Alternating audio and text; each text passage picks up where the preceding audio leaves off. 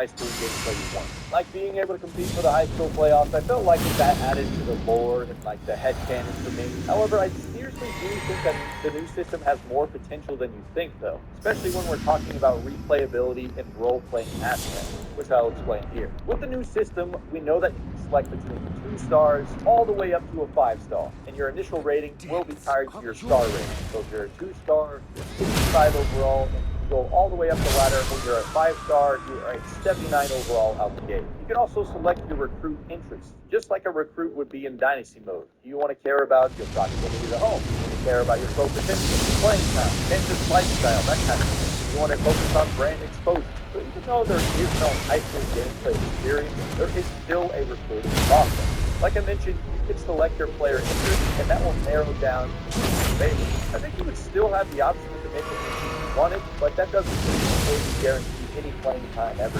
For example, if you walk on at Alabama as a 2-star player, you'll be grinding for a long time to move up to Death Star. But the ability to transfer every season is going to make this both more experience and fresh as well. Like you could start at a small pool, and you can work your way up the rankings while your player progresses. So it's going to feel natural. So when you're terrible, you could be at a low-rated school. You're a mid-rated school. If you're go to one of those top jobs. So it's like a natural progression that feels nice. I don't think you can ever say that in most sports. One school and you're stuck there for eternity. I like changing the career mode. However, I am not sure if teams are like recruiting you after your large time to school though. So like if you're looking at transfer in year 2, I have no idea if teams are going to be courting you like they did in year 1. It's just like automatic transfer.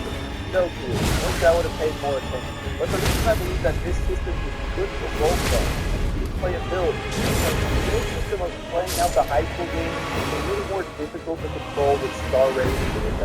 Especially if you wanted to be like a low star rating player, you'd have to like intentionally stink, which kind of broke the immersion for me. With this system where you like start out by choosing which star rating you want to be, you're going to have the option of role playing whether you either want to have the long grind of an underdog 2-star recruit or have the immediate power fantasy of a 5-star right away. And once you are in college, I think the general gameplay loop I saw was actually awesome, and I don't see enough people talking about it. The gameplay loop has you managing GPA, health, which is tied to wear and tear, your training, which is tied to XP, and your brand, which is basically NIL. You'll notice some things I said earlier about this game taking inspiration from older games. NCAA 06 had mini games, and there's other